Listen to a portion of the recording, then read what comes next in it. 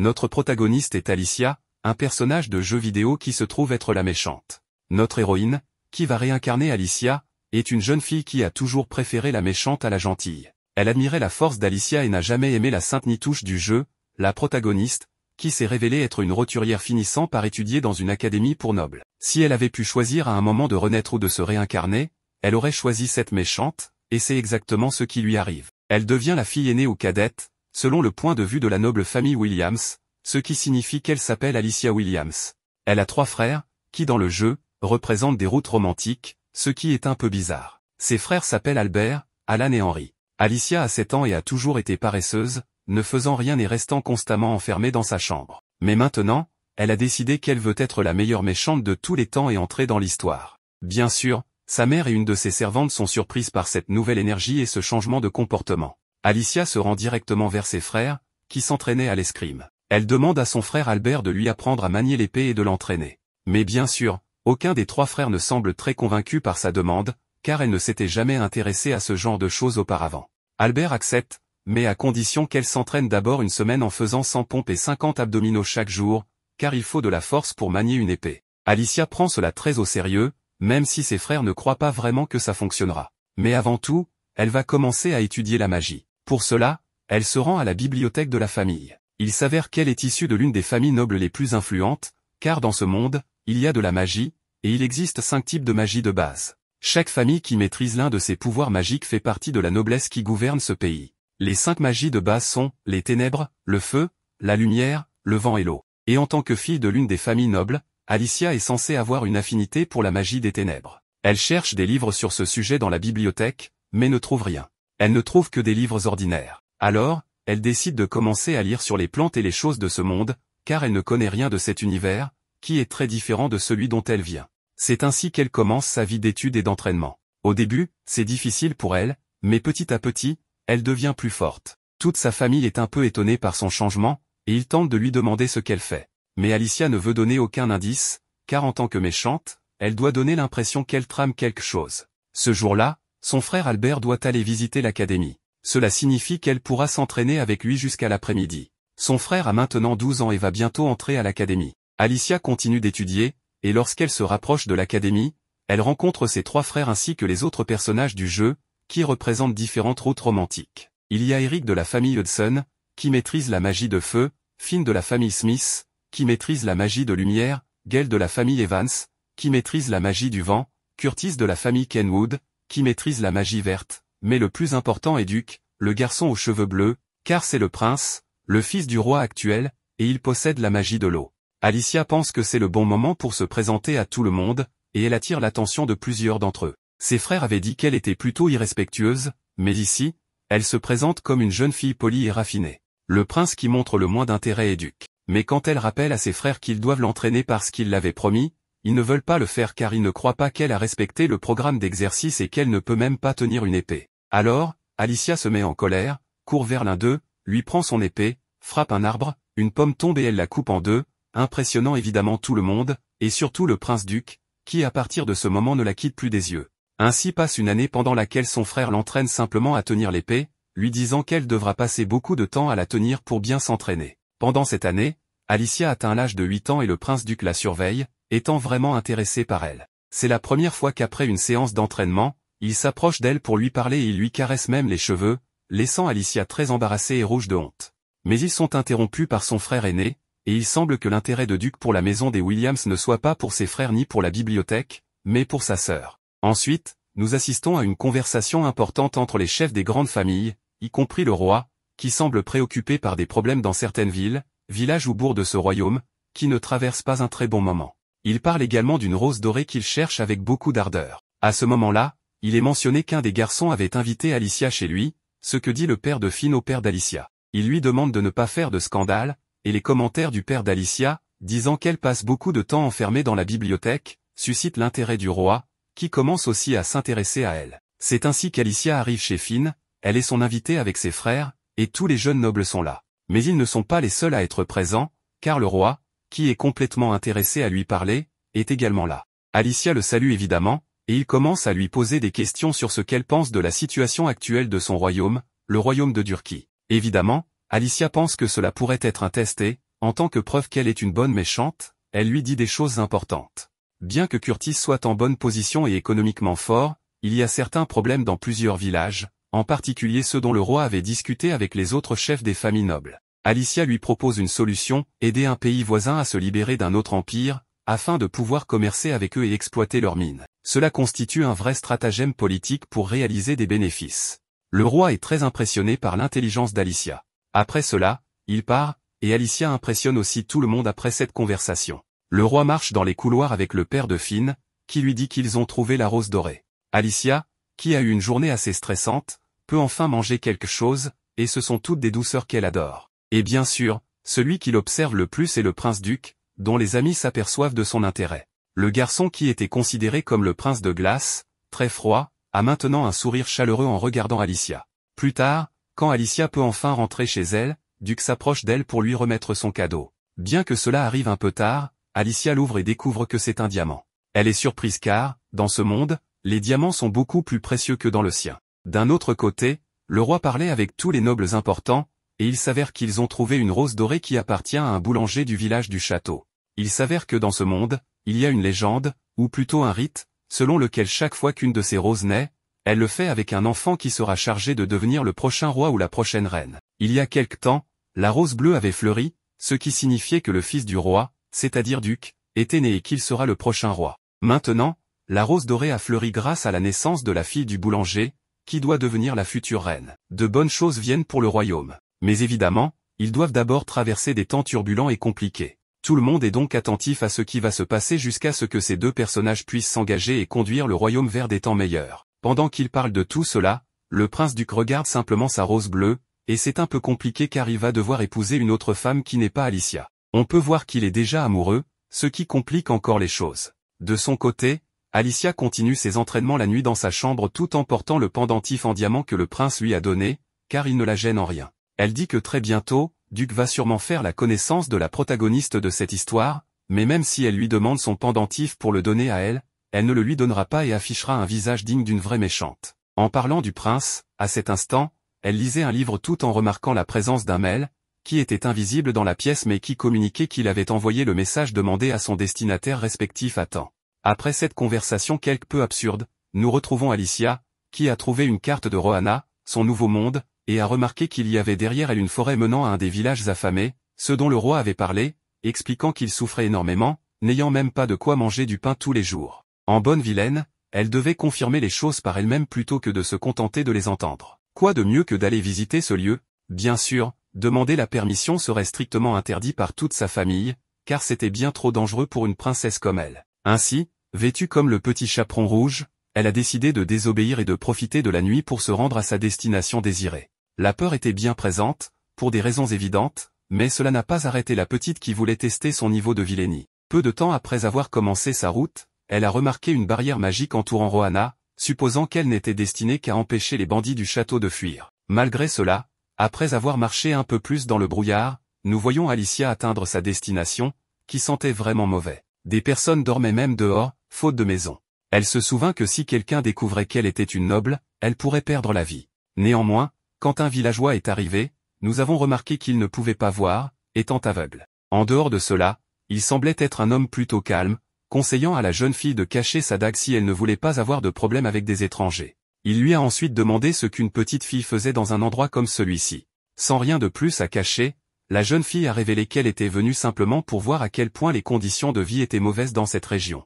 En raison de cela, l'homme aveugle a invité la jeune fille chez lui, et une fois à l'intérieur, il lui a proposé de lui dire tout ce qu'elle avait besoin de savoir. En commençant par les noms, l'homme se présenta sous le nom de Will, qui, bien qu'il ne puisse pas voir, a pu deviner que la jeune fille était une noble. Même s'il était aveugle, il pouvait percevoir bien d'autres choses, comme les sons. Quand il entendit Alicia marcher, ses pas semblaient beaucoup plus prudents que ceux de n'importe qui d'autre. Le bruit de ses vêtements lui confirma également qu'elle était une femme. Pour résumer, les capacités d'écoute de Will étaient surdéveloppées. L'homme révéla aussi que c'était facile pour lui de la découvrir, car lorsqu'il pouvait encore voir, il était toujours entouré de gens comme elle, puisqu'il travaillait au château dans sa jeunesse.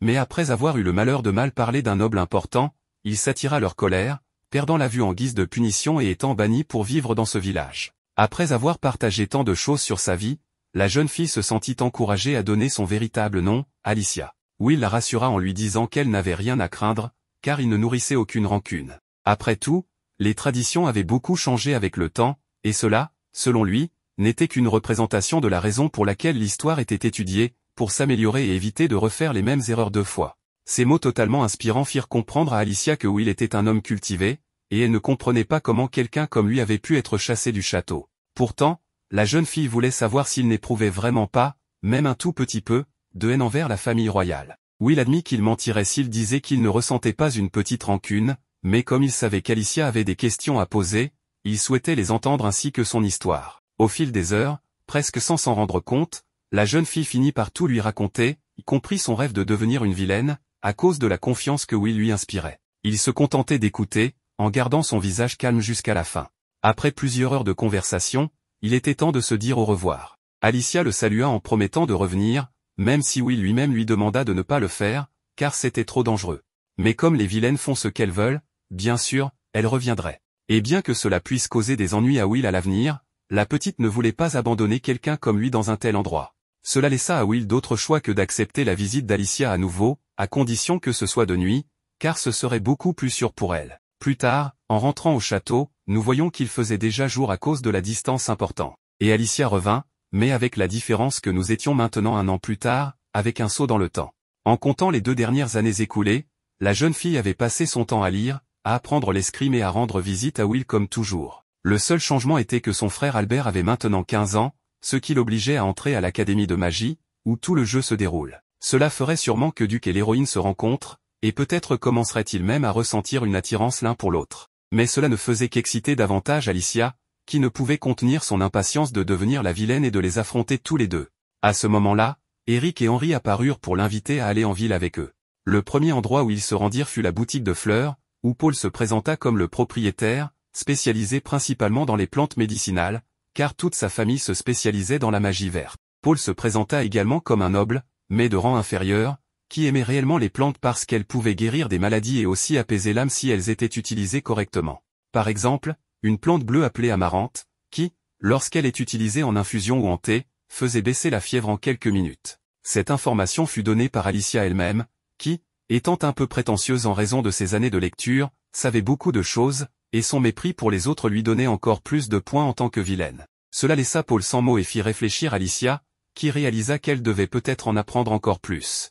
En même temps, Paul taquina Eric, lui disant qu'il devait faire plus d'efforts s'il voulait un jour avoir une fille aussi intelligente que Alicia comme partenaire, ce qui énerva énormément son frère. De retour au château, toute la famille attendait les 3 nobles, tandis qu'Henri ne pouvait oublier l'audace de quelqu'un qui pensait qu'il pourrait avoir sa sœur comme partenaire. Alors que de nouvelles invitations apparaissaient, notre frère jaloux devait rester plus attentif à partir de maintenant. Mais Alicia rejeta rapidement ses offres, car tout ce qu'elle voulait était enfin passer l'examen d'escrime qu'elle attendait avec tant d'impatience. Ce serait la preuve ultime pour voir si son entraînement avait porté ses fruits, bien que cela s'avérerait difficile avec son père et ses frères qui ne la soutenaient pas. Albert lui rappela qu'elle n'avait que 10 ans et qu'elle était une femme, mais cela n'avait aucune importance pour Alicia, car à leur âge, ses 3 frères avaient déjà passé l'examen. De plus, les femmes pouvaient également le passer. Pourtant, Albert resta ferme dans sa décision de ne pas la laisser passer l'examen. Comme Alicia n'accepterait pas un refus, elle exigea une explication. Cela mit son frère à bout, qui lui demanda immédiatement de se taire.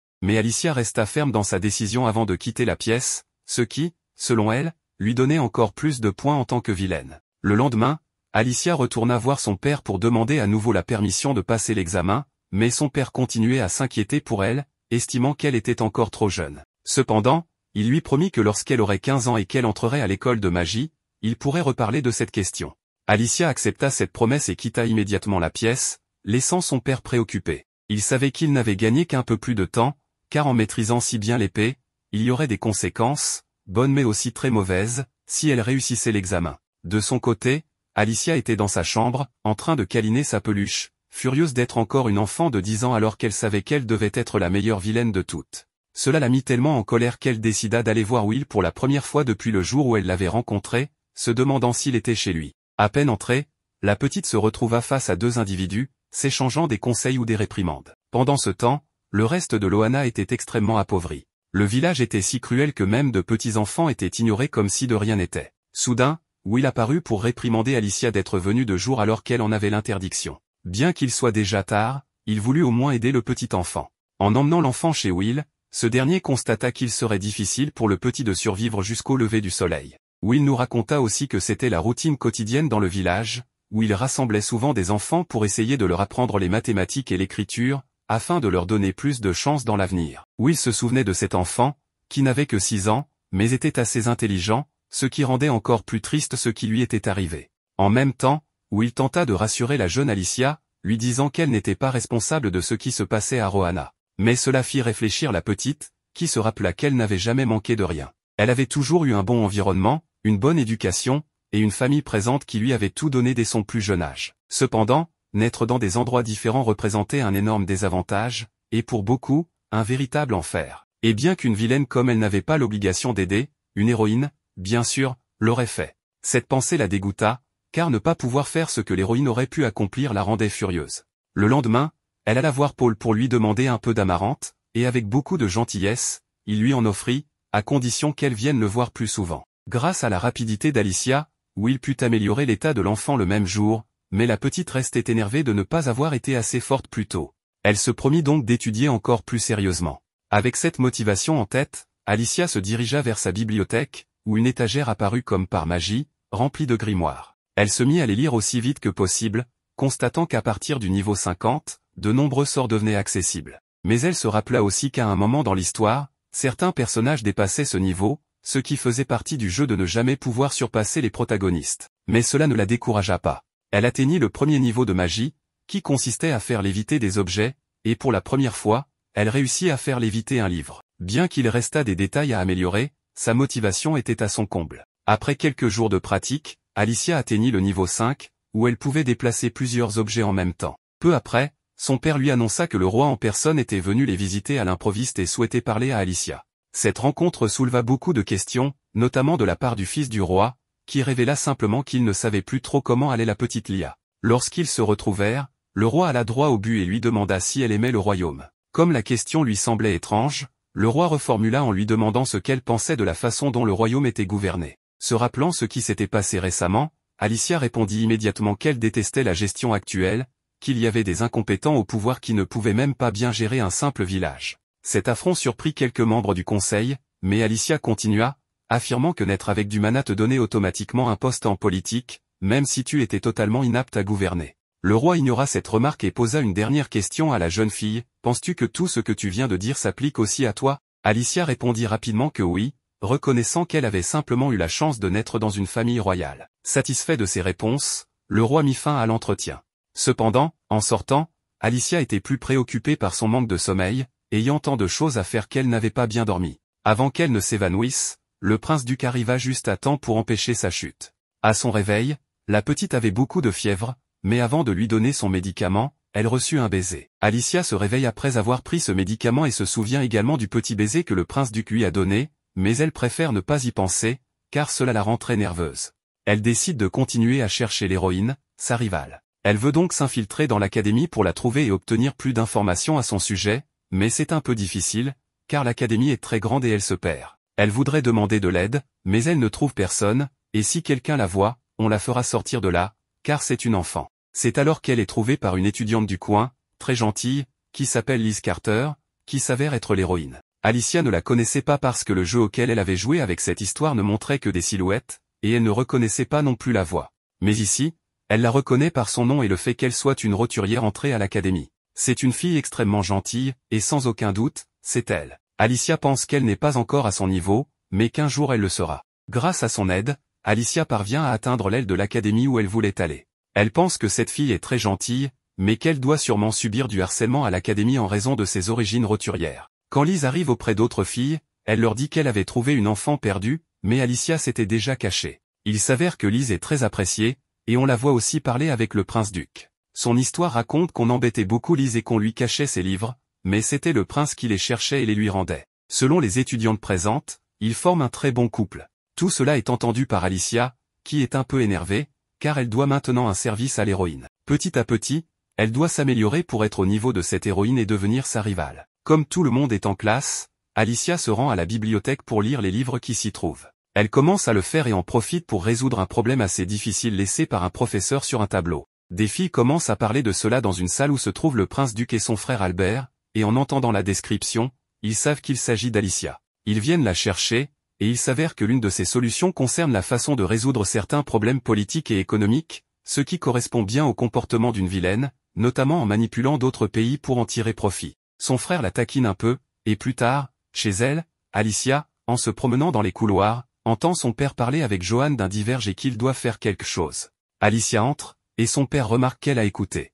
Il lui demande alors combien elle a entendu. Alicia dit qu'elle a entendu que Lise était une divergente, mais qu'elle ne semblait pas être une mauvaise personne et qu'elle ne constituait pas un problème pour le pays, donc il n'y avait pas de raison de s'inquiéter. Pourtant, personne n'avait mentionné ce nom, c'était Alicia qui l'avait fait, car elle connaissait déjà toute l'histoire. Malgré cela, Johan Evans propose d'effacer la mémoire d'Alicia pour qu'elle ne se souvienne de rien et ne puisse rien dire. Finalement, il décide de ne pas le faire, se contentant de lui demander de garder le silence. Alicia continue d'explorer ses capacités magiques et peut utiliser la magie noire jusqu'au niveau 10, ce qui est assez puissant. Cependant, pour purifier les rivières de Loana, une ville pleine de criminels, elle aurait besoin d'une magie de niveau 25 ou plus. Elle pense qu'elle pourrait peut-être essayer de le faire, et même y parvenir. À ce moment-là, son frère arrive pour la chercher, car ils ont de la visite, et c'est Lise qui est venue pour le thé. Lise raconte ce qui s'était passé entre elle et Alicia, et semble en profiter pour flirter un peu avec son frère. Alicia se retrouve avec quelques nobles et Lise, qui discutent du prochain festival scolaire et de ce qu'ils vont y faire. Alicia dit qu'elle ne devrait pas être là, car elle ne fréquente pas l'académie, mais comme c'est une célébration ouverte à tous, elle pourrait aussi proposer des idées. Elle commence à penser à ce qu'elle pourrait faire de mal, surtout pour ennuyer ou embarrasser Lise, car elle reste sa rivale. Cependant, elle ne trouve rien de vraiment utile, car la seule chose à laquelle elle pense est de la traiter de roturière, ce qui n'est pas au niveau d'une véritable vilaine. Elle envisage aussi de se rapprocher du prince duc pendant le festival et de lui dire qu'il lui appartient, mais cela reviendrait à se déclarer, donc ce n'est pas une option. Finalement, elle suggère que Lise, qui peut utiliser les 4 types de magie, pourrait faire une démonstration devant tout le monde, pensant que cela mettrait Lise dans l'embarras. Mais Lise est ravie de cette idée, et les autres l'approuvent également, ce qui fait échouer le plan d'Alicia. Elle essaie de se comporter de manière impolie avec Lise pour montrer qu'elle est une vilaine, surtout lorsque Lise lui propose de monter sur scène, mais cela ne fonctionne pas très bien, car elles ne se connaissent pas encore suffisamment, et il leur faudrait plus de temps pour se rapprocher. Lise est trop gentille, et Alicia ne trouve aucun moyen de l'attaquer. Ensuite, Lise bombarde Alicia de questions, sans lui laisser le temps de respirer, bien que ces questions ne soient pas particulièrement intéressantes. À un moment donné, Alicia utilise sa magie pour attirer une marguerite d'un vase à proximité et l'offre à Lise, en disant que c'est une fleur parfaite pour une personne aussi bonne qu'elle. Tout le monde est surpris, car il semble qu'Alicia soit une divergente, puisqu'elle a seulement 10 ans et peut déjà utiliser la magie. Alicia est ensuite envoyée dans sa chambre, car la situation doit être réglée. Cependant, grâce aux paroles aimables de Lise, elle se sent un peu plus rassurée, bien qu'elle pense que la véritable divergente est en fait Lise. Plus tard, Alicia parle avec quelqu'un qui lui explique qu'il est inhabituel qu'une enfant de 10 ans puisse utiliser la magie, car cela commence généralement à se manifester à 13 ans, lorsqu'on entre à l'académie. Il lui raconte également l'histoire d'une noble qui avait atteint le niveau 80 en magie, mais qui a perdu le contrôle en tentant d'atteindre le niveau 100, et depuis, elle n'a plus jamais pu utiliser la magie. Alors, on lui donne le conseil de ne pas tenter d'utiliser une magie aussi puissante et de progresser petit à petit. On réveille ensuite Gilles, qui n'est pas très content de voir Alicia parce qu'elle est une noble. Pourtant, c'est elle qui lui a donné le médicament pour le guérir, même s'il n'en est pas très heureux. Alicia se dit que si elle était comme Lise, elle pourrait lui ouvrir son cœur en étant très gentille et aurait sûrement la force de le faire. Mais Gilles a fermé son cœur à cause de tout ce qu'il a vécu, alors Alicia, qui veut être une véritable vilaine, lui dit que s'il veut être mort, il devrait rester mort et qu'elle pourrait l'aider en utilisant sa magie. Elle parvient à le faire changer d'avis en utilisant une forme d'amour dur, comme on dit. Voyant que Gilles veut continuer à vivre parce qu'il se bat, elle lui dit qu'il fera tout pour éviter qu'il ne se fasse tuer et dit qu'elle veut l'utiliser. C'est un garçon assez intelligent, et elle pourrait le sortir de Loana et le prendre sous sa protection.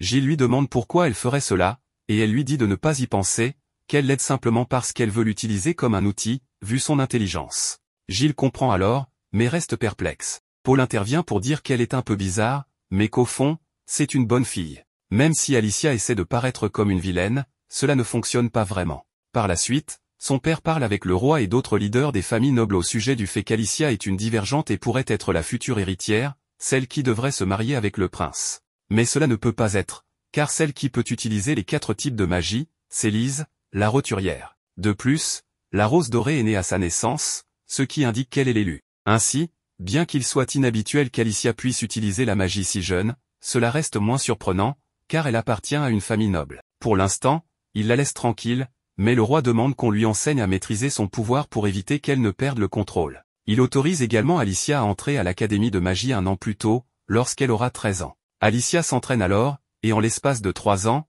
elle atteint le niveau 80, ce qui surprend tout le monde, y compris le roi. Comme il l'avait promis, elle peut intégrer l'académie de magie un an plus tôt. Mais ce n'est pas tout, le roi lui demande également si elle veut bien devenir la protectrice de Liz Carter, pour veiller sur elle. Le roi a demandé à notre méchante de ne pas être la gardienne de la sainte ou de Liz, mais plutôt de l'aider à progresser. Liz est devenue très célèbre à l'académie et tout le monde l'adore. Les gens sont devenus plus des adulateurs que de simples admirateurs. Ses essais sur ce qui devrait être fait pour le bien des autres et le monde sont un peu simplistes et basiques. Comme le roi sait qu'Alicia est très intelligente et directe, il veut qu'elle aide Liz à s'améliorer. Le roi demande à Alicia si elle connaît l'histoire de la sainte. Évidemment, Alicia la connaît bien, car elle sait comment se déroule l'histoire. Il est dit qu'un jour, une fille aimée des dieux, en l'occurrence Liz, apparaîtra.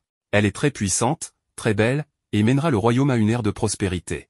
Mais si Liz est tout cela, sauf intelligente, les choses vont se compliquer. Le père d'Alicia ne veut pas qu'elle prenne ce rôle, car toute personne qui s'oppose à Liz devient un paria du fait que tout le monde l'aime et ne voit en elle que sa gentillesse et sa beauté. Quand Alicia apprend qu'elle sera une paria et que tout le monde la détestera, elle décide d'accepter ce rôle de méchante. Après avoir raconté tout cela à Giles et à Will, ils ne comprennent pas pourquoi elle fait tout cela, mais elle explique qu'elle ne l'a pas fait gratuitement, elle a demandé que Giles puisse quitter Loana et devienne son serviteur. Bien que Giles ne soit pas convaincu, car les serviteurs des nobles doivent également être de naissance noble, Alicia insiste sur le fait qu'elle a réussi à obtenir cela car ce qu'elle fait est important. Will est surpris, car c'est la première fois que quelqu'un peut quitter Loana. Alicia lui demande s'il veut également quitter le village pour retourner au château, car elle a pensé à en parler au roi. Mais Will, étant un délinquant, a déjà accepté de continuer à vivre là-bas. Beaucoup de choses ne peuvent pas encore changer à Loana. En rentrant chez elle, Alicia trouve une fille gravement blessée qui lui demande de l'aide. Elle réfléchit et la porte au centre du village, où se trouve une fontaine d'eau très polluée, qui ne peut pas être utilisée pour la soigner. Malgré la foule qui l'entoure, elle utilise sa magie pour purifier l'eau et s'occuper de la fille, qui a des brûlures graves et une jambe gangrenée. Giles et Will disent qu'elle n'a pas d'avenir et qu'elle va mourir. Pour éviter que les gens ne voient ce qui se passe, Alicia utilise une barrière magique. Alicia, bien qu'hésitante, décide de faire de son mieux et utilise une magie puissante pour guérir les blessures de la fille. Mais elle n'a pas d'autre choix que de lui couper la jambe gangrenée, ce qui fait croire aux gens, en dehors de la barrière, qu'elle l'a tuée. Après avoir sauvé la fille, cette dernière la remercie, même si elle n'est pas ravie d'avoir perdu sa jambe. Alicia retire la barrière et présente la fille, Rebecca, comme la sauveuse du village, défiant ainsi l'héroïne Liz, qui viendra un jour à Loana. Elle dit à Rebecca qu'à partir de maintenant, elle sera sa servante et son informatrice, lui rapportant tout ce qui se passe dans le village. C'est ainsi qu'Alicia la récompense pour l'avoir sauvée. Will et Giles ne comprennent pas ce qu'Alicia fait, mais plus tard, Alicia leur explique que, pour aider Liz, elle a besoin de connaître tout ce qui se passe à Loana. Elle avait donc besoin d'une informatrice que les gens voient comme une héroïne, pour lui rapporter les problèmes du village. Finalement, Giles et Alicia quittent Loana, accompagnés par les adieux de Will. Il veut rester là après tout, car il veut voir comment Loana va changer pour le mieux. Évidemment, il ne pourra pas le voir littéralement, comme il le dit lui-même, car il est aveugle. Mais il veut être présent, et c'est ainsi que Giles quitte cette zone horrible de Loana et atteint le monde extérieur, le monde des libres, où tout peut enfin changer complètement. Alicia va à l'académie avec son nouveau serviteur, Giles. Son père lui fait ses adieux et, comme il lui avait promis de lui dire pourquoi il ne l'avait pas laissé prendre des cours d'escrime lorsqu'elle entrerait à l'académie, il lui explique simplement qu'il ne l'avait pas laissé faire parce qu'elle était trop douée. C'était une réponse assez brève par rapport à ce qu'elle attendait, mais finalement, elle l'a pris comme un compliment. À l'académie, les rumeurs et les bavardages commencent à propos d'Alicia, la nouvelle qui est entrée avec un permis spécial. 3 filles très gentilles s'approchent d'elle, mentionnant qu'elles connaissent son frère et que Liz avait déjà parlé d'Alicia. Elle commence à lui toucher les cheveux, et c'est là qu'Alicia commence son rôle de méchante, elle leur tape sur les mains et leur dit de reculer, les traitant de curieuses et de dégoûtantes. Clairement, elles ne l'ont pas bien pris, mais Liz apparaît pour voir Alicia. Les autres accusent Alicia de ce qui s'est passé, et Liz, toujours polie, suggère qu'il faut aussi du courage pour demander pardon et demande à Alicia de s'excuser. Mais il est évident qu'Alicia ne va pas le faire, elle va rester dans son rôle de méchante et continuer à s'opposer à Liz. À peine arrivée à l'académie, Alicia se fait déjà des ennemis. Alors qu'elle marche dans les couloirs, satisfaite de ce qu'elle avait fait avec Giles, elle disparaît soudainement parce que le prince-duc l'avait téléportée à la bibliothèque, où il voulait la voir seule. Il lui demande pourquoi elle a accepté la demande du roi, ce qu'Alicia pensait être un secret, mais elle finit par dire que c'est ce qu'il y a de mieux pour elle puisqu'elle veut être la méchante et aller à l'encontre de Liz pour l'embêter. Duc s'approche de son cou et sort le pendentif qu'il lui avait donné lorsqu'ils étaient enfants, heureux qu'elle le porte encore. Alicia pensait qu'il allait le lui enlever, surtout qu'à ce stade, il devrait être amoureux de Lise, mais au lieu de cela, il se penche simplement et embrasse le pendentif, lui disant qu'il est heureux qu'elle le porte toujours. Cela prend Alicia par surprise, et non seulement cela, mais il lui dit aussi qu'elle est très mignonne et se demande comment elle peut vraiment être méchante si elle rougit ainsi. Alicia s'en va, soi-disant en colère, mais en réalité, elle est embarrassée parce qu'elle ne s'y attendait pas du tout. L'histoire ne se déroule pas comme dans le jeu auquel elle avait joué. Elle retrouve Gilles, qui était très effrayé parce que sa maîtresse avait disparu sans prévenir. Après cela, c'est l'heure du thé, et Alicia arrive avec Gilles au jardin, où Lise prend le thé entourée de tous les héritiers nobles, une sorte de club de fans. Évidemment, Alicia n'est pas là pour prendre le thé avec Lise, elle apporte un essai écrit par Lise sur Loana, suggérant qu'il faudrait abolir les barrières et que tout le monde soit libre et heureux, une idée assez fantaisiste. Alicia lui dit qu'elle vit dans un rêve et que les hiérarchies ne peuvent pas être supprimées, car c'est ce qui permet aux gens de se battre pour quelque chose de mieux. Tout le monde n'est pas égal, c'est impossible, car chacun naît avec des traits différents. La personne la plus différentée, en quelque sorte, la plus chanceuse, c'est Lise elle-même, car elle est la plus puissante, bénie, belle, bien qu'un peu en manque d'intelligence. Alicia lui conseille d'être plus prudente avec ses paroles, car avec autant de pouvoir, les autres la suivront même si ses idées sont absurdes ou des rêves irréalistes. À ce moment, une sorte de magie semble influencer les membres du club de fans, qui commencent à détester Alicia pour avoir défié Lise. Cependant, Duc semble être épargné, il écoute simplement Alicia et ne défend pas Lise, semblant ne pas faire partie de ce cercle de fans, mais étant plutôt présent en tant qu'ami. Ce qu'Alicia a fait, c'était confronter Lise, lui disant que ses idées étaient peu probables et qu'il fallait être plus réaliste. Après avoir tout chamboulé, elle s'en va, satisfaite de son rôle de méchante.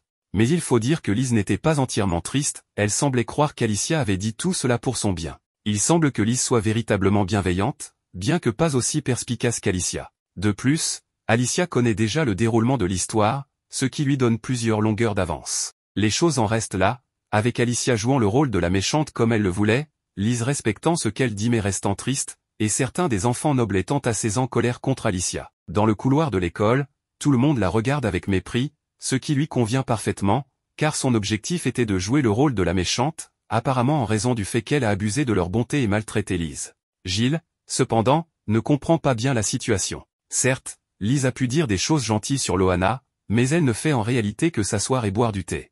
Alicia, en tant que mentor, doit la guider vers quelque chose de mieux, mais elle ne le fera évidemment pas avec douceur. Bientôt, ils devront retourner à Loana pour parler avec Rebecca et Will. Avant cela, Alicia doit terminer ses tâches, et Gilles la taquine en disant qu'elle est une méchante très appliquée. Lorsqu'elle rencontre Rebecca et Will, elle veut savoir ce que les gens pensent. Tous sont mécontents de la population extérieure de Loana et craignent que, si jamais ils pouvaient sortir, ils détruiraient tout.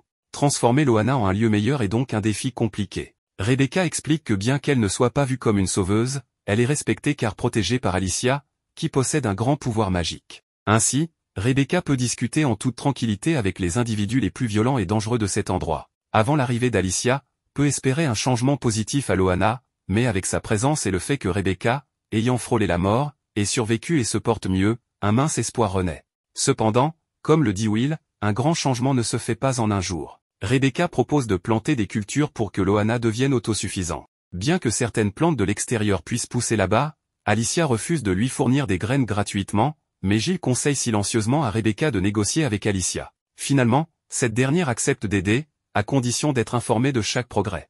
Alors qu'Alicia rédige un rapport sur Loana, Henry, l'un des jumeaux, lui rend visite. Contrairement à son frère Alan, tombé sous le charme de Lise, Henry ne partage pas cette fascination et trouve même du sens dans les paroles d'Alicia. En effet, Alan et Henry se sont éloignés, Alan étant maintenant séduit par Lise, ce qui a changé leur relation fraternelle. Henry interroge Alicia sur ses intentions envers Alice, mais elle reste discrète. Il lui apporte également une invitation pour prendre le thé avec le roi, un événement où, dans le jeu, seule l'héroïne était invitée, et non la méchante. Un des frères demande à Alicia de ne pas faire d'impertinence, mais elle compte bien jouer son rôle. Avec la présence de Lise, Alicia perçoit cette invitation comme une épreuve de la part du roi pour évaluer son rôle de mentor. Lorsque la réunion commence, le roi annonce un cadre informel, mais malgré cela, l'atmosphère reste tendue. Plusieurs personnes en viennent naturellement à détester Alicia pour son opposition à Lise. Cependant, deux personnages restent neutres, sans prendre parti pour l'une ou l'autre, tandis que son frère Henry a également subi des changements par rapport à l'histoire originale du jeu qu'elle connaît. Mais le personnage le plus changé est sans doute elle-même, car elle n'avait même pas été invitée à cette réunion. De plus, dans le jeu, le prince est censé toujours rester près de Lise et lui sourire. Cependant, ici, le prince-duc sourit à Alicia, ce qui montre bien que les choses ne se passent pas comme prévu dans le jeu. Le roi est présent pour la tester et se rappelle d'ailleurs d'une prédiction d'Alicia, selon laquelle une nation voisine, Durand, tomberait en faillite, ce qui s'est effectivement produit. On débat ensuite sur les moyens d'aider ce pays, et bien qu'Alicia sache qu'il serait inutile d'aider une nation en faillite sans y gagner quelque chose, elle propose de la transformer en royaume vassal pour éviter que d'autres nations voisines, comme Laval, n'en profitent. Lise, en revanche, souhaite aider les habitants et pense à leur bonheur, sans se préoccuper des conséquences. Malgré cela, la logique d'Alicia convainc plusieurs partisans de Lise, et le roi reconnaît son intelligence. Le prince-duc est également impressionné. À la fin de la réunion, Lise devient le centre de l'attention. Alicia s'éloigne alors, mais elle rencontre Duc qui la cherchait, car elle s'était perdue dans le palais. Le sourire du prince envers elle semble sincère, ce qui représente un autre changement par rapport au jeu. Plus tard, alors qu'Alicia s'entraîne à l'escrime, Henri s'approche de Gilles, mais celui-ci reste distant, car il ne fait confiance qu'à Alicia. Henri conseille à Gilles de se renforcer et de ne pas dévoiler ses sentiments envers elle, car cela pourrait représenter une faiblesse. Gilles comprend et promet de ne pas causer de problème, bien qu'Alicia, qui entend la conversation, affirme qu'il n'y a aucun souci. Elle confie à Henri que son rêve est de devenir la meilleure méchante de l'histoire, ce qui amuse beaucoup Henri. En discutant, ils évoquent l'attirance de plusieurs personnages pour Lise. Henri admet qu'il a été sous son charme, mais il pense que cela est dû à sa personnalité bienveillante et non à de la magie. Cependant, Alicia soupçonne qu'il pourrait y avoir une influence magique et envisage de faire des recherches dans des grimoires anciens. Alors qu'elle réfléchit aux récents événements, elle entend soudain les cris de Gilles qui lui ordonne de fuir. Deux hommes tentent de l'attraper, et sans s'en rendre compte, Alicia est frappée et perd connaissance. Elle se réveille plus tard, se trouvant en captivité aux côtés de Gilles, qui est également blessé. Notre protagoniste, sans crainte d'échouer, a tenté d'utiliser la magie pour se libérer, mais, malheureusement, elle portait un collier qui annulait ses pouvoirs magiques, la laissant à la merci des malfaiteurs, qui n'ont pas hésité à utiliser la force pour la calmer. Bien qu'Alicia ait tenté de faire quelque chose, elle était en nette position de faiblesse. Voyant que les voleurs ne tireraient aucun avantage de la situation, ils ont décidé de les éliminer. Cependant, Alicia a réussi à assommer un des hommes d'un coup et a demandé à Gilles de fuir, mais cela s'est avéré impossible à cause de sa jambe cassée, laissant Alicia perplexe, car dans le jeu, personne n'était jamais enlevé. Désespérée, Alicia a atteint une étagère, s'est libérée et s'est armée, immobilisant rapidement son ennemi. Le chef des ravisseurs a alors tenté de la tuer, mais il a été surpassé par les couteaux d'Alicia, qui, se voyant sans autre option, a pris la fuite. Cependant, pour sa malchance, elle était prête à lui ôter la vie si une magie étrange, exécutée par Lise, ne l'avait pas arrêtée. Lise avait mal interprété la situation en voyant Alicia attaquer. Malgré ses efforts pour clarifier qui était réellement le méchant, Alicia a failli perdre la vie, mais elle a été sauvée par le prince, qui a maîtrisé l'homme d'un seul coup. La garde est arrivée et a arrêté les coupables. Bien que Duc fût blessé, il a minimisé la gravité de sa blessure, tandis qu'Alicia expliquait ce qui s'était passé. Henri s'est occupé de Gilles, et bien que tout se soit calmé, l'attitude d'Alicia a irrité Duc. À l'arrivée de leurs compagnons, ils se sont réjouis que la jeune fille aille bien, mais Lise a accusé Alicia d'avoir voulu tuer quelqu'un d'indéfendable, ce qui a déclenché une dispute entre eux sur l'usage de la violence. Alicia, en colère, a demandé à son frère s'il n'utiliserait pas son épée si quelqu'un menaçait sa famille. Cependant, Lise a insisté sur le fait que la violence est le pire des chemins, une position qu'Alicia a jugée absurde après avoir failli perdre la vie. Lise a affirmé que si Alicia avait eu foi et avait attendu, rien de mal ne se serait passé, ce qui a seulement amené Alicia à remettre en question le type d'héroïne qu'elle souhaitait devenir. À ce moment-là, une brise glaciale est apparue de nulle part, provoquée par Sa Majesté, qui a affirmé que ce n'était pas grâce à la foi de Lise qu'Alicia avait été sauvée. Duc a soutenu Alicia, assurant que si elle n'avait pas agi, la vie de Gilles serait en danger. Sans peur, Duc a déclaré que quelqu'un avec des idées aussi stupides ne pouvait pas être la sainte de ce monde. Curtis est intervenu pour arrêter le conflit et a commencé à soigner Alicia. Bien qu'elle lui en soit reconnaissante, elle était aussi agacée, car l'un de ses dents s'était desserré à cause du coup de l'ennemi. Duc, irrité, n'a pas permis à Lise d'intervenir dans les soins, ce qui a encore plus contrarié Lise. Alicia, de son côté, a demandé à la sainte si c'était si difficile de voir la réalité sans vivre une vie idéale, ce qui l'a laissée songeuse. Duc a porté Alicia dans ses bras pour l'emmener se faire soigner, ce qui a fait penser à Lise que le prince pouvait ressentir quelque chose pour elle, ce qui pourrait poser problème. Mais Duc, ignorant les plaintes d'Alicia de ne pas être traitée comme une enfant, lui a demandé de ne plus risquer sa vie, révélant que presque la perdre lui avait fait ressentir une émotion intense. Cela a fait comprendre à Alicia que peut-être Duc avait des sentiments pour elle, bien que, se rappelant qu'il était destiné à la héroïne, elle n'y voyait pas de sens. Finalement, Alicia a commencé à se détendre et s'est endormie. À son réveil, elle a trouvé Duc allongé à côté d'elle et dans un lit qui n'était pas le sien, ce qui l'a troublée. Alors qu'elle tentait de comprendre ce qui se passait, elle luttait avec ses propres pensées jusqu'à ce que Duc se réveille soudainement, simplement pour lui rappeler de ne pas oublier son pendentif, qui avait apparemment été pris par l'un des voleurs. Après lui avoir rendu son pendentif, Duc estimait qu'il était temps pour un autre baiser passionné, mais l'arrivée impromptue de Gilles, sans frapper, l'a fait basculer de l'autre côté du lit à cause de la poussée embarrassée d'Alicia.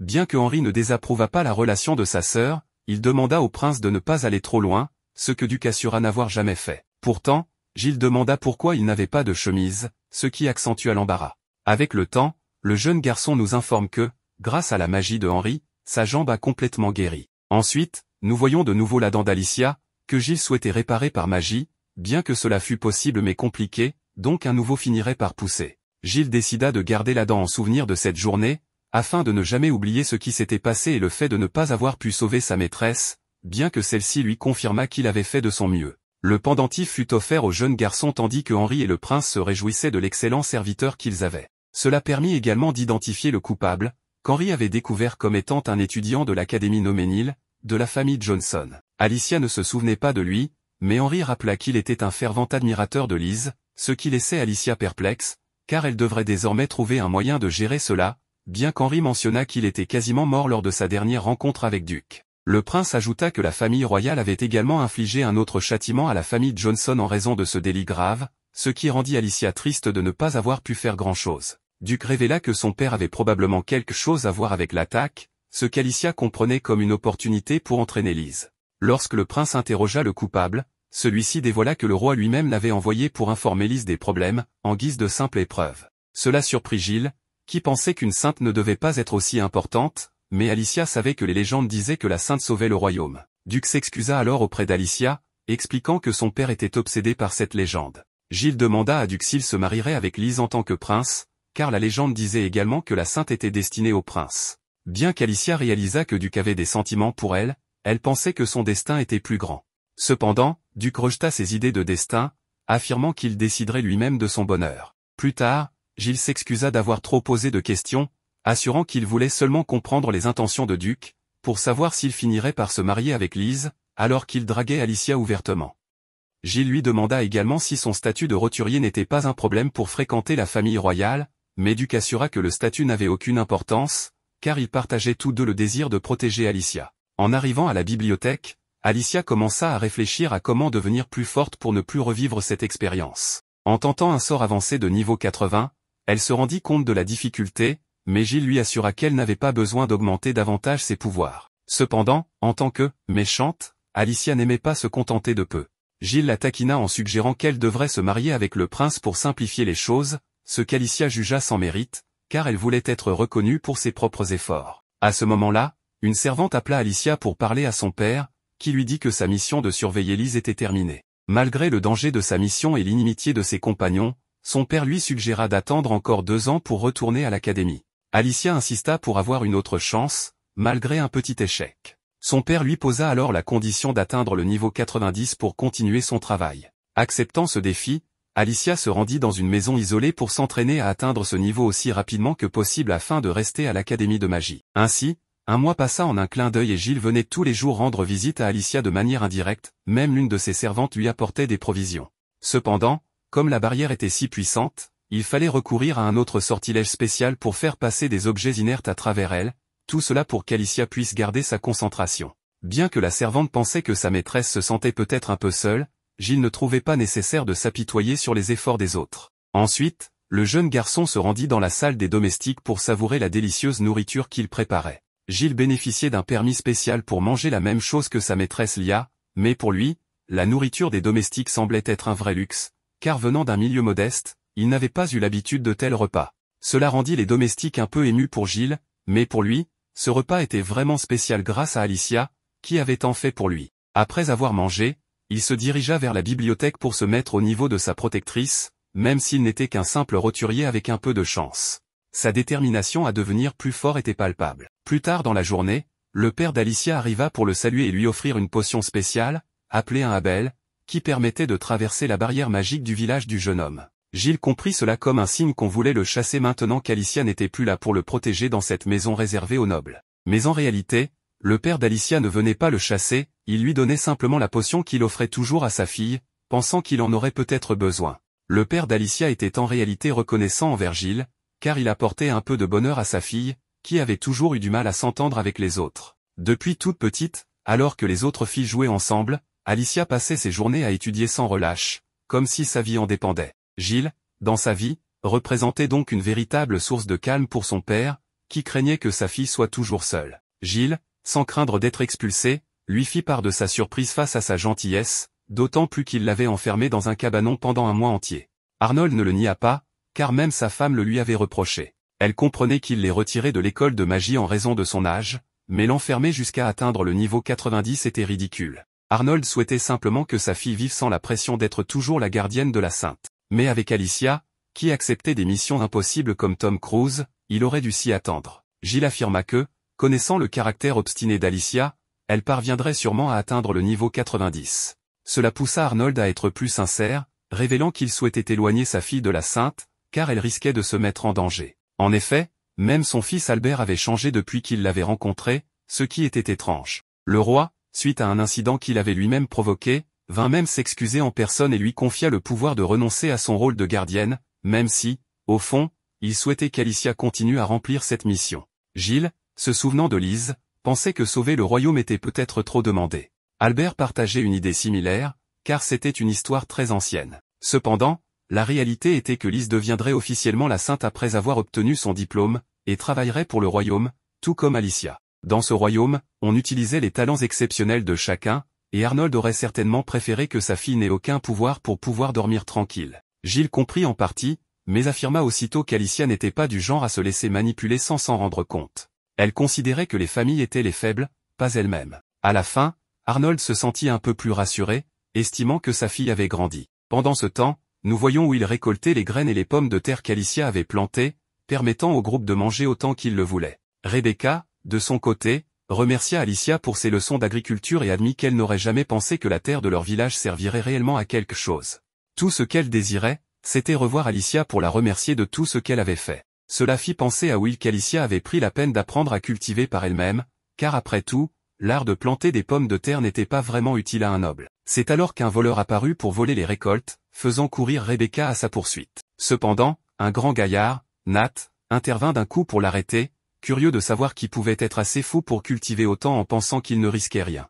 Mais Rebecca, toujours optimiste, invita simplement sa famille. Il pensait que quelques gardes ne seraient pas de trop, mais Nat s'inquiétait davantage de faire confiance à Alicia, car il n'était pas sûr de ses intentions. Après tout, elle pouvait simplement agir par caprice. De plus, cela faisait environ un mois qu'elle n'était pas venue les voir, ce qui montrait clairement qu'elle en avait peut-être assez de faire semblant d'être aimable avec eux.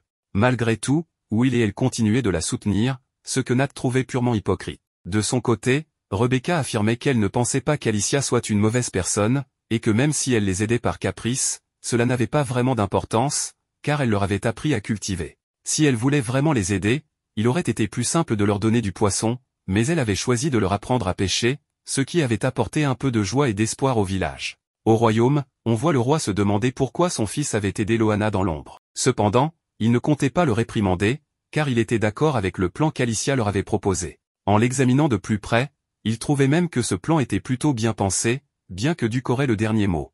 Le roi souhaitait savoir ce que Duc pensait vraiment de Loana, sachant que ce village avait été utilisé pour emprisonner des innocents pendant des années sans leur donner la permission de sortir, grâce à la magie de barrière royale. Après avoir lu les notes d'Alicia, Sa Majesté admettait qu'il était injuste de garder ces gens enfermés, et que, en tant que gouvernant, il aurait dû régler ce problème depuis longtemps. Toutefois, il ne l'avait jamais pris au sérieux, lui comme tous ses successeurs qui détournaient le regard. Le fait que son fils ait agi avant lui montrait qu'il était un prince brillant et bien meilleur que lui-même. Ces paroles étaient trop pour Duc, qui tenta de calmer son père en assurant qu'il y avait des problèmes plus importants. Pendant ce temps, Gilles lisait comme à son habitude, jusqu'à ce qu'il aperçoive de loin Alicia, qui faisait trembler la maison avec son entraînement. Cela fit se demander à son frère Henri pourquoi sa sœur disait qu'elle deviendrait encore plus forte alors qu'elle était déjà la plus talentueuse de la famille. Cela fait remonter un souvenir de Gilles, lorsqu'Alicia s'entraînait avec son épée, malgré qu'elle était considérée comme la meilleure de la maison. Alicia affirmait qu'elle devait devenir plus forte pour améliorer sa magie.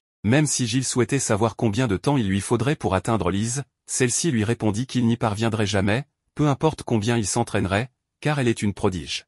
En arrivant à l'académie, Henri rencontra Duc et lui annonça qu'Alicia s'entraînait toujours, ce qui le rendit triste. D'autres élèves interprétèrent cela comme si Duc devait éviter de croiser son regard. Henri calma la situation en disant que les gens parlaient juste pour parler, mais cela n'importait pas à Duc, qui déclara que la prochaine fois, il ne ferait pas qu'expulser les élèves, mais les enverrait aussi à l'échafaud. Curtis apparut alors pour lui demander de quoi il parlait, bien que Duc n'avait aucune envie de parler avec un flatteur. Quand Henri mentionna les rumeurs sans fondement concernant sa sœur, Curtis révéla que cela pouvait être lié aux vieilles rumeurs sur le fait qu'Alicia rendait visite à Duc la nuit, ce qui nourrissait les commérages actuels. Alors que Duc est sur les nerfs, Lise entre en scène pour jouer la sainte, mais Duc n'était pas du tout d'humeur pour cela. Pendant ce temps, il continue d'entendre les rumeurs sur Alicia, ce qui le contrarie encore plus. Sans tarder, Duc se barre de cette scène à la noix, mais cela énerve Albert qui s'excuse auprès de Lise car il pense que sa sœur est la cause du comportement de Duc. Après cela, Finn retrouve le prince pour lui faire remarquer que des filles autrefois qui avaient une dent contre Lise,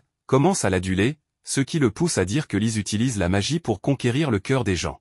Le prince parla ensuite avec Mel, qui était dans l'eau, pour qu'il enquête sur Lise et ce qu'elle faisait pour que tout le monde l'apprécie autant, suspectant une magie rare de haut rang. 2 ans passèrent, et Gilles reçut des macarons d'Henri, les friandises préférées d'Alicia. Celle-ci avait encore 6 mois avant que Lise ne soit diplômée. Alors qu'elle prenait plus de temps que prévu, Henri se rappela que le niveau 90 n'était pas facile à atteindre. Un jour, une servante annonça qu'Alicia avait enfin terminé son entraînement, levant sa barrière magique. Gilles se précipita pour la voir, découvrant une Alicia bien plus grande et magnifique, qui eut du mal à le reconnaître tant il avait grandi. Même ainsi, le jeune garçon ne savait pas quoi dire après ne pas l'avoir vue pendant si longtemps. Alicia lui-même était perdue, bien qu'il ait voulu partir immédiatement pour Loana sans attendre. Le voyage commença sur le champ. Il pensa qu'il serait peut-être préférable de saluer toute sa famille ou ses amis qu'il n'avait pas vus depuis un moment. Mais Alicia insistait toujours, elle devait se rendre à Loana, ayant enfin appris ce dont elle avait tant besoin. Loana faisait maintenant partie d'elle. Cependant, à son arrivée, la jeune femme découvrit un village complètement transformé. Selon le garçon, tout le monde avait travaillé d'arrache-pied sous la direction de Rebecca, qui avait grandement contribué. À ce moment, Nat apparut et Gilles le présenta comme le garde du village. Nat était là, en partie, pour remercier Alicia de son aide, affirmant que c'était la première année où aucun enfant n'avait succombé à la faim. Pourtant, il ne put s'empêcher d'exprimer ses doutes sur elle, ce qu'Alicia trouva normal dans de telles circonstances. Nat alla droit au but, demandant quel genre de personne disparaît aussi longtemps avant de réapparaître comme si de rien n'était. Il insinuait qu'en tant que noble, elle jouait simplement avec Rebecca et les habitants du village pour s'amuser. Gilles tenta d'expliquer qu'Alicia n'avait pas pu venir plus tôt à cause de son entraînement rigoureux. Mais Alicia, agacée, proposa un duel à Nat, arguant que, puisqu'ils ne se connaissaient pas, la meilleure façon de régler cela était de combattre. Nat, pour sa part, refusa de se rabaisser à frapper une pauvre noble. Alicia, à court d'options, utilisa alors des insultes pour forcer le combat. Un peu plus loin, Rebecca et Will marchaient ensemble et découvrirent une foule rassemblée. En s'approchant, Rebecca vit Alicia sortir victorieuse du duel, ce qui stupéfia les villageois. Nat, vaincu, admit sa défaite et reconnut les efforts d'Alicia. Celle-ci expliqua qu'elle devait sa victoire à son entraînement intensif au château, où elle n'avait jamais à s'inquiéter de la nourriture ou des besoins matériels. Elle mentionna que si Nat avait été noble, il aurait probablement gagné. Nat ne sut comment réagir à cela, mais Alicia expliqua que c'était une métaphore pour inciter à tirer parti des opportunités, même si elle-même se considérait comme une pauvre noble idiote venue pour aider. Peu après, Will, impressionné de revoir Alicia après si longtemps, la serra dans ses bras. Alicia raconta comment elle avait maîtrisé la magie noire jusqu'au niveau 90 et lança immédiatement un sort pour montrer ses nouvelles compétences. Elle utilisa une ancienne incantation pour renouveler un pacte, transférant une partie de son propre corps à Will pour lui redonner la vue. Mais ce sort impliquait qu'Alicia et Will perdent chacun un œil. Will, choqué, déclara qu'un tel sacrifice était inutile. Alicia insista, affirmant que c'était son désir personnel, convaincu que Will n'abuserait jamais de ce cadeau. Will, ému, profita de cette chance pour voir Gilles et le reste du village. Après plusieurs heures, Alicia décida de rentrer chez elle. En chemin, elle remarqua que son œil perdu ne lui causait aucune douleur, bien que son apparence l'inquiétât, surtout la réaction de son père, qui était très protecteur. À son retour, son père s'évanouit en la voyant. Lorsqu'il revint à lui, Alicia expliqua qu'elle avait volontairement donné son œil à quelqu'un. Elle s'excusa de ne pas être la fille parfaite qu'il méritait, mais affirma qu'elle continuerait à suivre ses propres choix. Arnold, son père, la rassura en promettant qu'il continuerait à la traiter comme sa fille bien-aimée. Il la félicita également pour avoir atteint le niveau 90, ce qui faisait d'elle la nouvelle protectrice de Liz Carter. Plus tard, Gilles lui apporta un cache-œil qu'il avait lui-même confectionné, orné d'un joli design. Alicia décida d'assortir cet accessoire à une nouvelle tenue et, le lendemain à l'école, elle portait une robe noire. Cela attira l'attention de tout le monde, ce qui était précisément son intention. Une jeune fille apparut alors, demandant à Alicia ce qu'elle faisait à l'académie sans autorisation. Alicia, ne la reconnaissant pas, lui demanda si elle était une fidèle de Lise, à en juger par son attitude similaire à celle des autres possédés. La jeune fille, cherchant à irriter Alicia, affirma que sa présence ici était techniquement interdite jusqu'à la semaine suivante. Alicia, agacée, préféra ignorer ces remarques, jugeant que cette fille ne voyait les choses qu'en surface. Les rivales étaient inexistantes pour elle, bien que Lise ait affirmé que l'important se trouvait toujours à l'intérieur, comme elle l'avait toujours dit. Elle ne niait pas non plus sa phrase selon laquelle ceux qui ne regardent que l'extérieur sont pathétiques, et elle avait bien raison. Après tout, on venait de la critiquer uniquement pour sa tenue vestimentaire ce jour-là. Pour répondre à la critique, Alicia remarqua que celle qui lui parlait, visiblement négligée, avait les cheveux en désordre avec des pointes fourchues. De plus, porter une jupe si courte ne faisait que rendre ses jambes plus épaisses, et son nœud mal attaché montrait clairement à quel point cette étudiante était désinvolte, même dans un lieu prestigieux comme celui-ci. Malgré cela, l'étudiante était heureuse que Lise la trouve adorable telle qu'elle était. Cela parut étrange à Alicia, qui pensa que peut-être Lise l'avait qualifiée de mignonne uniquement pour éviter de regarder ces vilaines taches de rousseur que tout le monde trouvait répugnantes. Avant que la situation ne dégénère, Lise apparut pour comprendre ce qui s'était passé, ayant entendu que son amie avait été insultée sur son physique par Alicia. Cependant, Lise voulut d'abord entendre la version d'Alicia, qui, sans peur, affirma que son amie négligée avait raison et qu'il n'y avait rien de mal à dire la vérité à ces gens. Malgré cette attitude, Lise avait établi une règle importante, écouter toujours les deux versions. Elle demanda également si Alicia se souvenait de ce qui s'était passé 2 ans plus tôt, lorsqu'elle l'avait arrêtée simplement à cause de ses préjugés, ce qui avait conduit Alicia à ne pas retourner à l'école pendant des années. Lise insista qu'écouter aurait évité bien des ennuis, mais Alicia affirma qu'elle ne s'en souvenait même plus et qu'elle ne voulait entendre aucune compassion. Lise continua d'expliquer qu'elle l'avait arrêté à l'époque parce qu'elle croyait qu'il ne pouvait rien arriver de mauvais à Alicia, étant donné que, depuis son enfance, tout ce qu'elle imaginait finissait par se réaliser. Son devoir, disait-elle, était d'être heureuse et de sauver tout ce qu'elle pouvait. Ces paroles impressionnèrent la plupart des personnes présentes. Quoi qu'il en soit, Alicia s'approcha de Lise pour lui demander si son plan fonctionnait toujours. Mais elle lui murmura ensuite à l'oreille, sans que personne d'autre n'entende, qu'elle savait parfaitement combien Lise la détestait. Alicia évoqua le souvenir d'il y a 2 ans, lorsqu'elle avait été arrêtée par Lise, bien que son pouvoir aurait pu stopper les deux. Ce choix, selon Alicia, était un acte de pure méchanceté, le premier qu'elle avait respecté chez quelqu'un.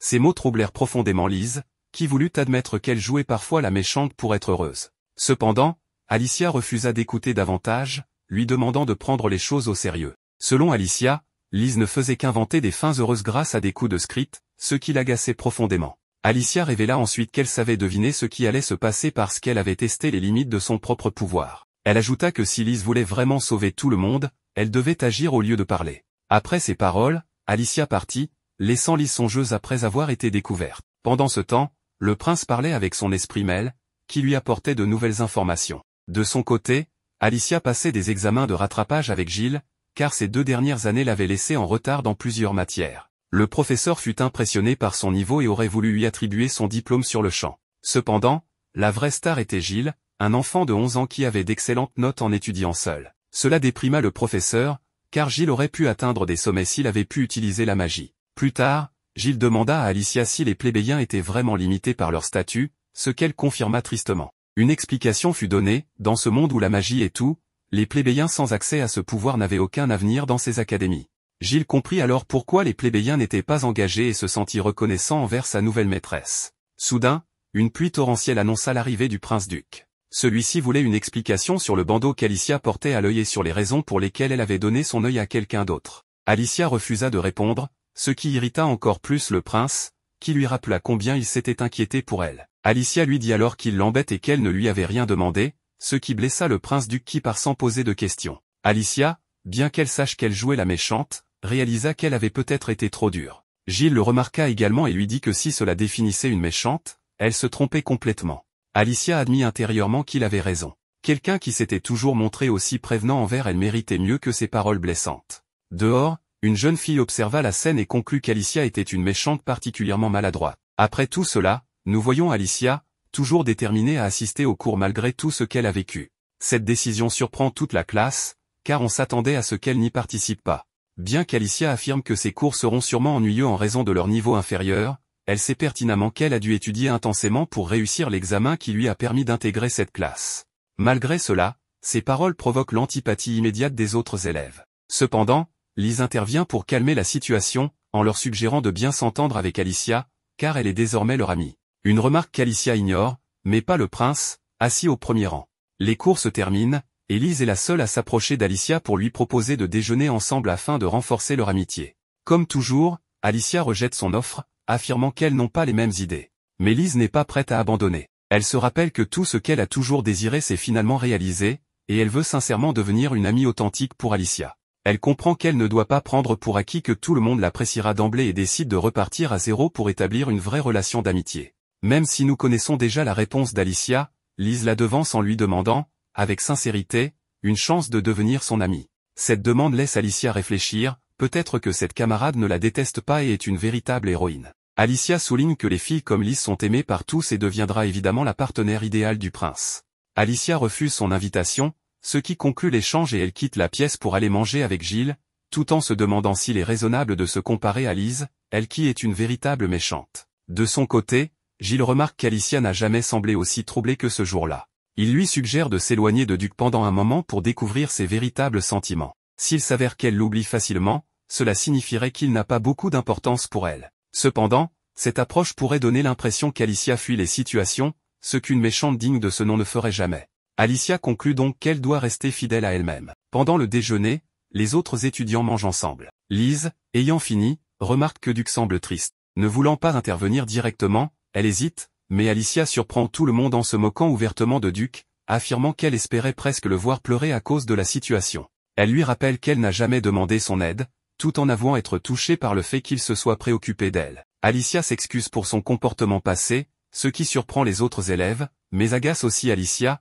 qui reproche à Duc son manque de sincérité dans l'expression de ses désirs. Elle lui fait comprendre qu'attendre des autres qu'ils devinent leurs sentiments sans les exprimer clairement est une absurdité. Cette fois, Alicia affirme qu'elle ferait tout pour protéger ses proches, même si cela impliquait de perdre une autre partie de son corps. Ces paroles apaisent Duc et renforcent leur confiance mutuelle. Cependant, Lise, nerveuse, ressent que ses propres sentiments influencent les autres étudiants. Elle interrompt leur échange en parlant à Duc du festival de musique, ce qui oblige le prince à partir. Bien que Lise ressente une légère douleur, elle prend congé d'Alicia avec un sourire. Une fois seule, Alicia célèbre en silence, comprenant que Lise l'a finalement acceptée comme rivale. Néanmoins, une partie d'elle sait qu'il est trop tôt pour se réjouir, car cette rivalité est surtout liée à l'amour. À ce moment, une élève arrive en suppliant Alicia de l'aider, l'invitant à la suivre dans le jardin.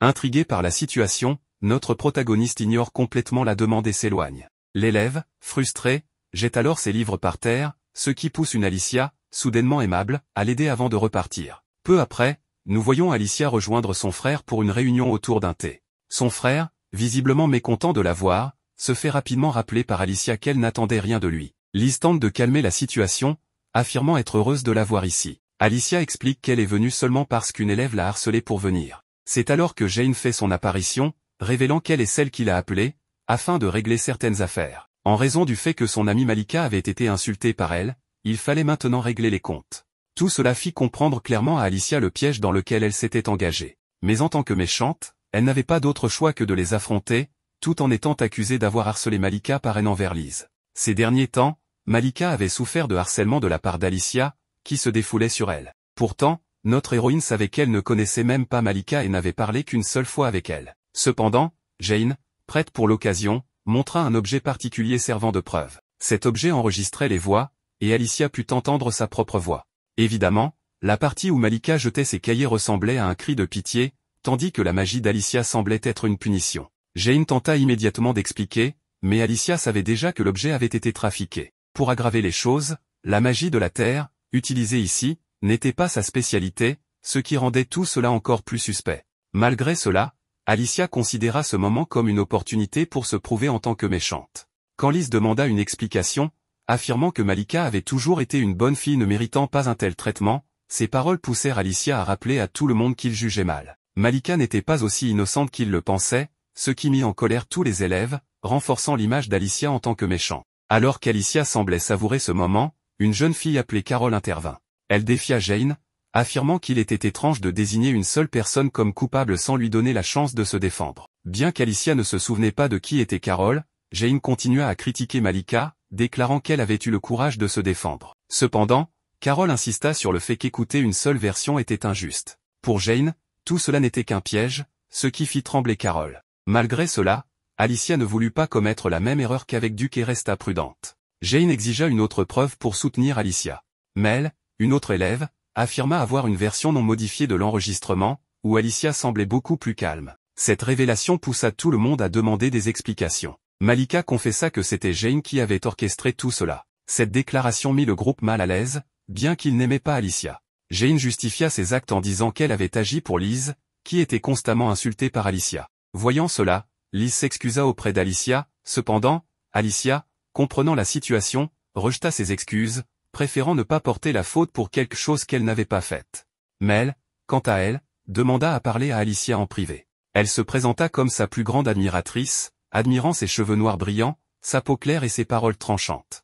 Elle avoua également détester Liz, qu'elle considérait comme quelqu'un qui s'immisçait dans la vie des autres. Par la suite, il fut révélé que Mel possédait un talent exceptionnel pour la magie de la Terre, ce qui lui permettait d'espionner sans être vu ni entendu. Duke, le prince, expliqua qu'il avait envoyé Mel pour surveiller Alicia après avoir remarqué comment elle était traitée à l'école. Touchée par ces paroles, Alicia pardonna à Duke. Elle commence à rougir et embarrassée par Giles qui lui dit qu'elle est amoureuse de Duke, elle part en prétextant qu'elle avait encore beaucoup à faire. Plus tard, elle retrouva Will, qui avait amélioré de nombreuses choses dans leur village grâce à une nouvelle vision.